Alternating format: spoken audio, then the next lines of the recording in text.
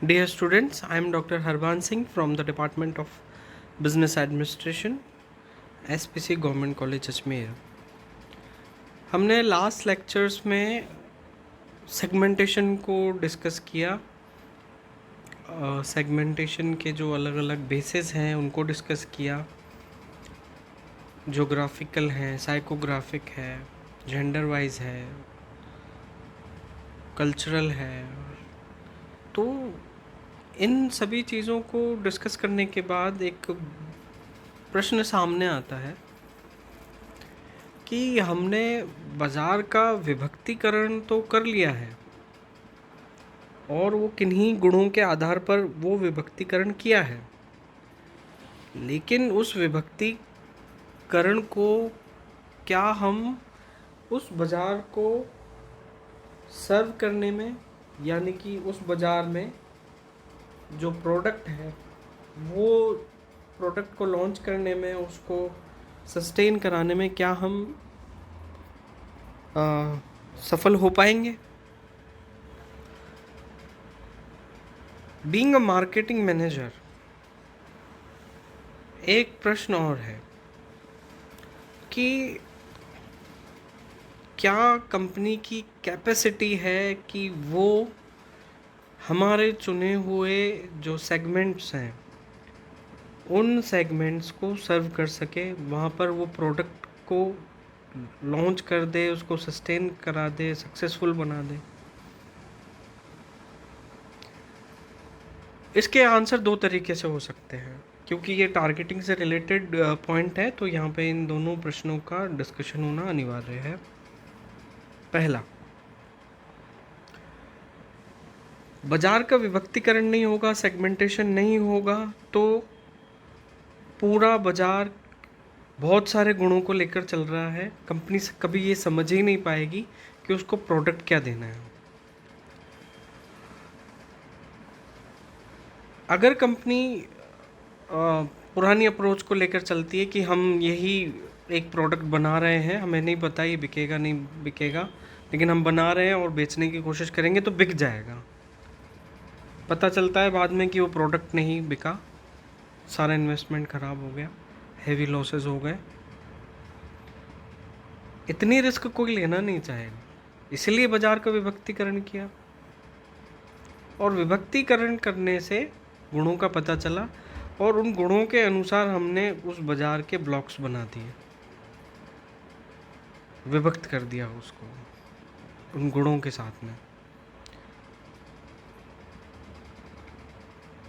जो गुण होंगे वो कभी एब्सोल्यूट नहीं होंगे, शुद्ध परिशुद्ध नहीं होंगे, उनमें हमेशा कुछ न कुछ मिक्स्ड रहेगा, अशुद्धि रहेगी। लेकिन मुख्य तौर पर कौन से गुण हैं उसके हिसाब से कंपनी प्रोडक्ट बनाती है। ये अनसर्टेनिटी किसी भी प्रोडक्ट के साथ साथ में हमेशा ही रहेगी कि वो सक्सेस होगा या फेल होगा। यदि कंपनी ने बिल्कुल ग्राउंड लेवल स्टडी करी है, अपने कंज्यूमर्स को समझा है, अब उसको अफोर्डेबल बनाया है, उसकी यूजेबिलिटी अच्छी रखी है, पैकेजिंग अच्छी है, सभी चीज़ों का उन्होंने बहुत बढ़िया उन्होंने फॉलो किया है, फॉलोअप अच्छा है, सेल्स टीम्स, मार्केटिंग टीम्स बहुत अच्छी हैं, प्राइस भी रीज़नेबल है, सभी चीज़ें अच्छी हैं, लेकिन फिर भी मार्केट गारंटी नहीं देता है किसी भी प्रोडक्ट के सक्सेस होने की। और कहीं ना कहीं इसी वजह से हम टारगेटिंग और पोजीशनिंग को पढ़ते हैं। बाजार विभक्तिकरण यानी सेगमेंटेशन हमने पढ़ लिया है, उसके बेसिस पढ़ लिए। अब टारगेटिंग कि सेगमेंटेशन तो हमने कर लिया, बहुत सारे टुकड़े कर लिए हमने बाजार के, लेकिन हम सर्व किसको कर सकते हैं, क्योंकि सभी सेगमेंट के अपने अपने गुण हैं और जो कंपनी है उसकी अपनी एक कैपेबिलिटी है कि वो किस तरह से कौन से सेगमेंट को अच्छी तरह से सर्व कर सकती है।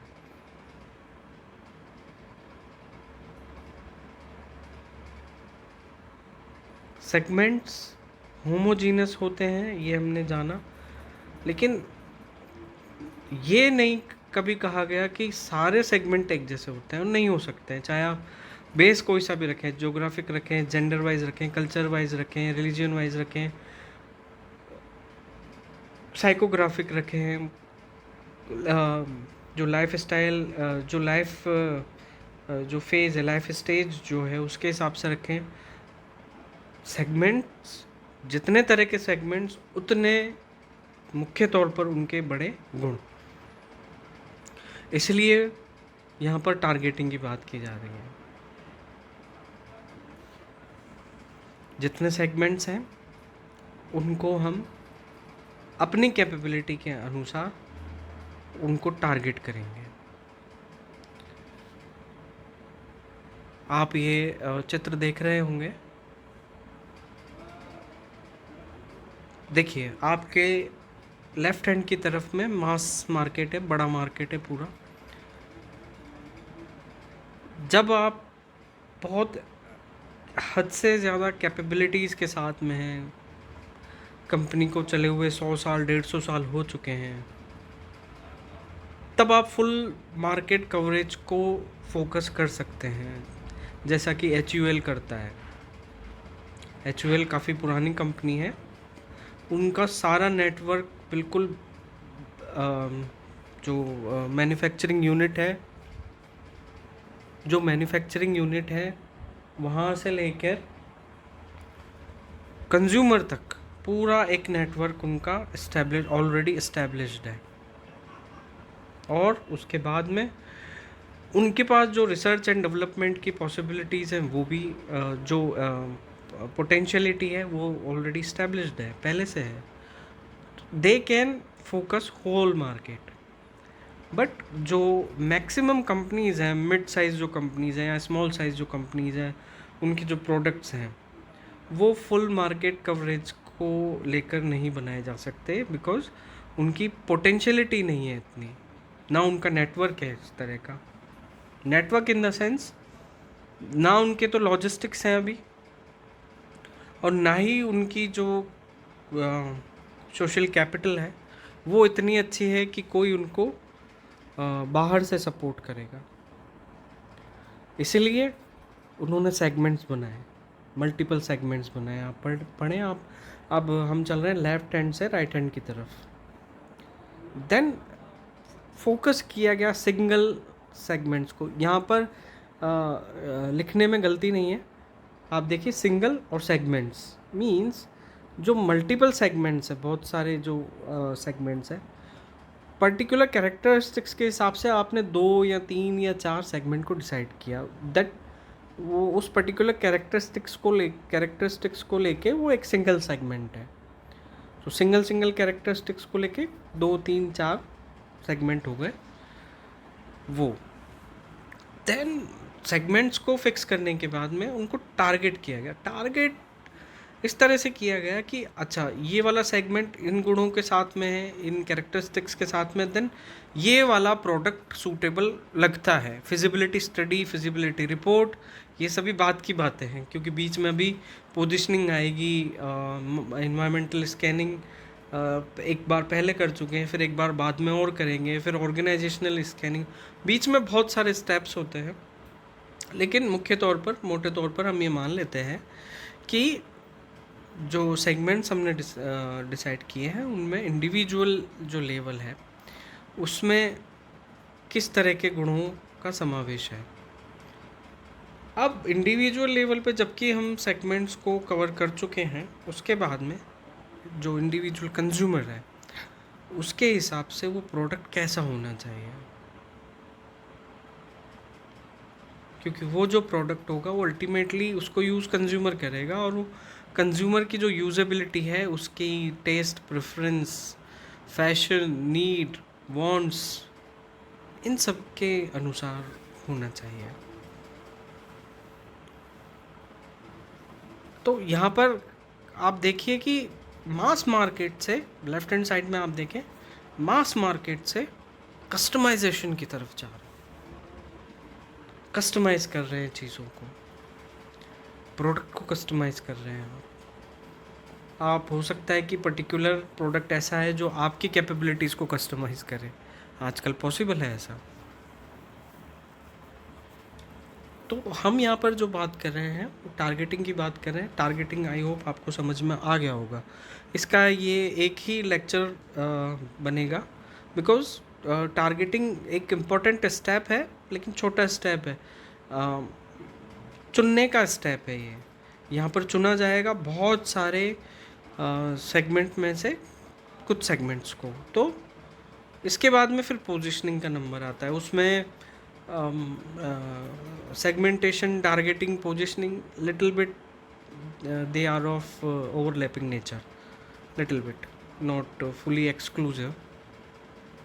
तो आप देखिए यहाँ पर, तो आप धीरे धीरे कस्टमाइजेशन की तरफ बढ़ रहे हैं कि पर्टिकुलर जो प्रोडक्ट है, जो उत्पाद है, वो जो उपभोक्ता है उसकी मांग के अनुसार उसको डिज़ाइन किया जा रहा है। इसके बहुत सारे एग्जाम्पल्स आते हैं। आप देखिए, अमूल का नाम आपने सुना होगा।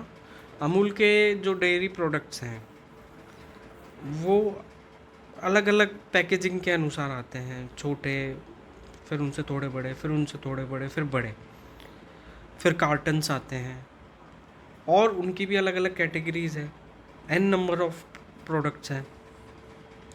तो वो लोग क्योंकि कस्टमाइजेशन को ध्यान में रखते हैं कि एक बार में क्या चीज़ यूज़ होगा, उसी हिसाब से फिर वो उसकी पैकेजिंग करते हैं। प्रोडक्ट पता है उनको, लेकिन आप देखिए कि सिर्फ और सिर्फ पैकेजिंग में इतना ध्यान रखा जाता है, तो प्रोडक्ट को डिज़ाइन करने में कितना ध्यान रखा जाएगा।